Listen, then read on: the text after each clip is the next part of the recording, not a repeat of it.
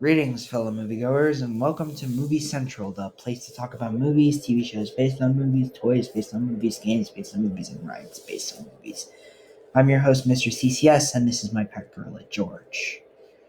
Well, it's safe to say that for the past few episodes, we were on a Batman spree. But aside from the reviews I did for the films in the 1970s and 80s, Superman was barely a topic I discussed. But today that will change because we're going to be covering the successor to Batman's animated outing, which I will call the most underrated animated superhero show of all time. Before we get into that discussion, let's get into a discussion about Superman's status in the 1990s. The 1990s was a weird time for Superman. The last real movie was, of course, The Quest for Peace, and Batman was ruling DC's silver screen, as well as the small screens for TV audiences. Superman had a very successful comic storyline at the time, however, and that was the death of Superman, which involved the creature known as Doomsday beating Superman in battle, leading to a supposed death, which left a big impact in the comic book genre. However, that was one story, and it didn't entirely spark fans' interest in Superman. That is, until Bruce Timm, Paul Dini, and Alan Burnett stepped into the room. That's right, the same man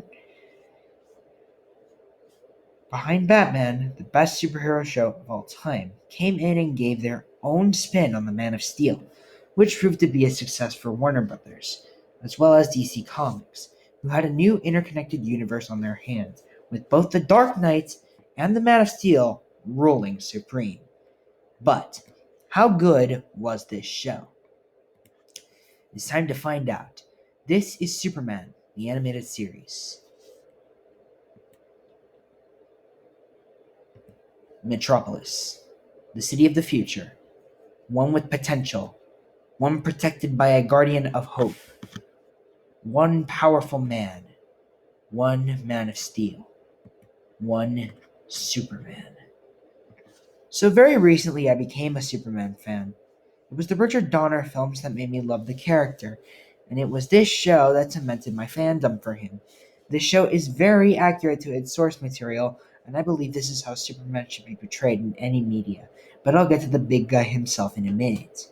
The point is, the show gave us the most comic accurate representation of Superman to date. Easily my favorite overall. The writing is really good, the characters are spot on, and the episodes are some of the best of the DC animated universe. But I feel like it's important to discuss those aspects in my next segment, so let's get into it and discuss the characters. There are a ton of characters in this show. This was the first DC animated show to really showcase the broader universe. It is set up for the characters that will be important later on, like Dr. Fate, The Flash, Ryan, Steel, Supergirl, the Green Lantern, and Aquaman. Mainly, though, the expanded roster of villains is where the show shines. For example, reinventions of classic characters like Mr. Mxyzptlk, Parasite, Metallo, Toyman, Bizarro, Lobo, and several others were prominent. Seeing these characters adapted into this respectful media makes me very happy. The bigger villains, though, are where the show shines. For example, Brainiac, voiced by Corey Burton. Brainiac is a big villain in the DC universe, and the way he was adapted in this show is nothing short of amazing. He was actually a Kryptonian computer that caused the destruction of Krypton, making him Superman's oldest and most connected foe. It's a great change to the character for the better, and my preferred method mainly. He made several appearances on the show, and I was satisfied with it. Brainiac is a character I desperately want to see in live action, but until then, this is the best adaptation of the character we have. And then we have Darkseid, voiced by Michael Ironside. Like Brainiac, Darkseid's greatest adaptation came from this show. He's truly evil and not just over the top. Keep in mind the last adaptation of Darkseid was in the Super Friends, so this is an alternative of a lifetime for some. Not only does this show make Darkseid a threat, but also sets him up as the big villain to be fought later on, specifically in Justice League, but we'll get there soon. If you ask me, though, my favorite crossover event had to be with Batman, still voiced by Kevin Conroy. Watching the Man of Steel team up with the Dark Knight is nothing new, but this show had one of the best interactions between the two. Batman is smart enough to find out Superman's identity by placing a tracker on the Man of Steel's cape and tracking Clark to his apartment. Talk about the world's greatest detective indeed. Aspects of Batman's lore explored include Robin, Alfred, Gordon, and some of the rogues, which were Mad Hatter, the Riddler, Ra's al Ghul, Bane, the Penguin, but at the front, of course, we have Harley Quinn and the Joker, who are as awesome as ever. Hell, you'll see how much the crossovers mean to me in regards to the best episodes of the series. But we'll get to that in a minute. Let's talk about the main characters of the show, in which there are four. Let's start with Jimmy Olsen, voiced by David Kaufman. Jimmy Olsen was a pretty dated character at the time, but the fact that this show modernized him was a huge feat. He's still the teenage photographer of the Daily Planet, but he's more modern than the bow tie wearing Jimmy. He's still goofy, but it works with the tone of the series. Jimmy Olsen was never a character I particularly enjoyed, but this show made me like him. Well done, Bruce Timm. Alright, let's discuss Lois Lane, voiced by Dana Delaney. She proved herself a great voice actress in Mask of the Phantasm as Andrea, and they brought her back to voice Lois Lane. If you remember back in my Superman movie reviews, #shameless plug, I criticized Lois for making boneheaded decisions. Here, Lois gets herself into trouble by complete accident. And how about it? By doing her job with the press and not willingly getting into trouble. Like I said then, and like I will say now, the modern version of Lois in animation expressed here is better than any live action Lois Lane, especially the one from the 1978 movie and its sequels. Also, the competitive side she has with Clark is really fun to watch, and seeing her chemistry with him and rather Superman grow over the course of the 3 seasons was really fun, and also extremely good character dynamics. Now we get to talk about the greatest criminal mind of our world. Give it up for Lex Luthor, voiced by Clancy Brown. Clancy Brown made Lex Luthor his own. Instead of being an over-the-top egotist, Lex is cunning, smart, businessman who thinks of himself before anyone else. His personality and intelligence hijacks the morality of a situation, and that is Lex to me. Clancy Brown gave us the best version of Lex Luthor put to screen and other media to this day, and that will never change. And now we get to the man himself, Superman, voiced by Tim Daly. This show, as I stated before, made me a full-on Superman fan. Clark is easily my favorite character on this show, because Daly portrays the character very well. As Clark, he's nerdy, he's a loser, but as Superman, he's calm, collected, caring, and imposing when the plot needs him to be. This is true to Superman's character from the comics, and this is the best part of the DCAU show. They got Batman right, and they got Superman right. The Dark Knight and the Man of Steel are easily the front people of the universe in every version of the DC story.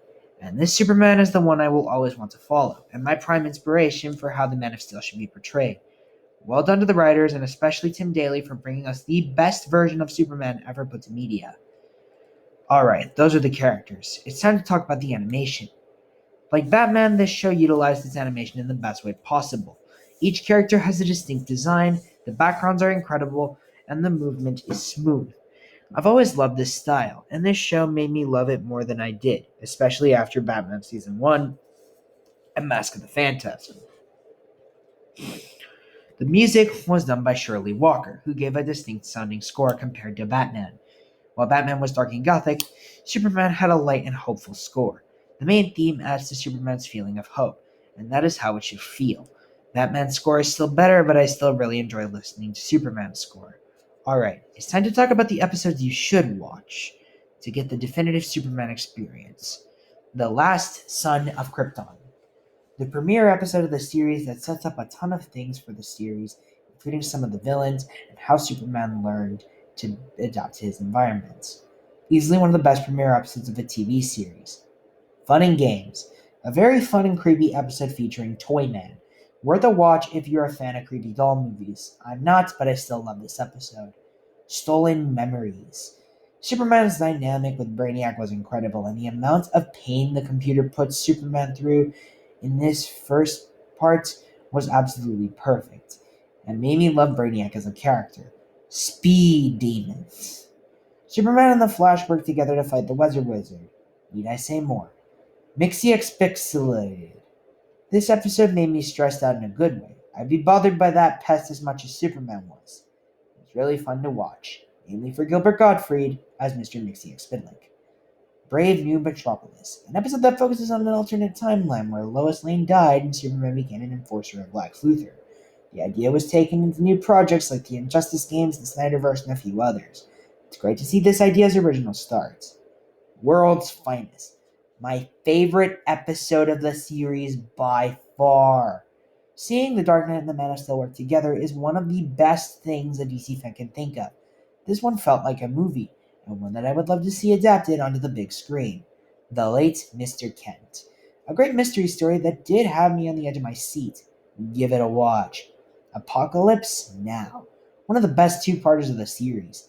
The stakes were high, the action is great, and the writing is fantastic. Check it out.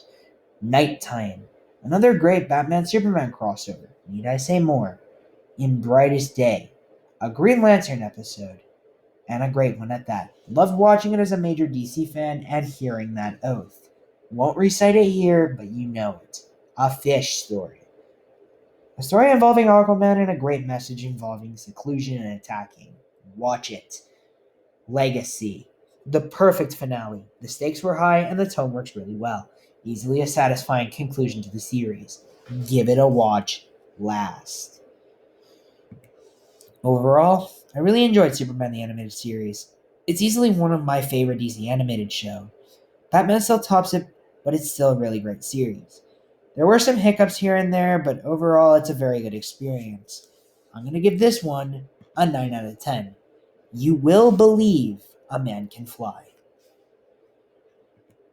Well, that's it for this review. Feel free to give your thoughts on this show in the comments section below, and tune in next week for another 2-part review on the final show in the DC animated universe I'm going to cover, which is Justice League.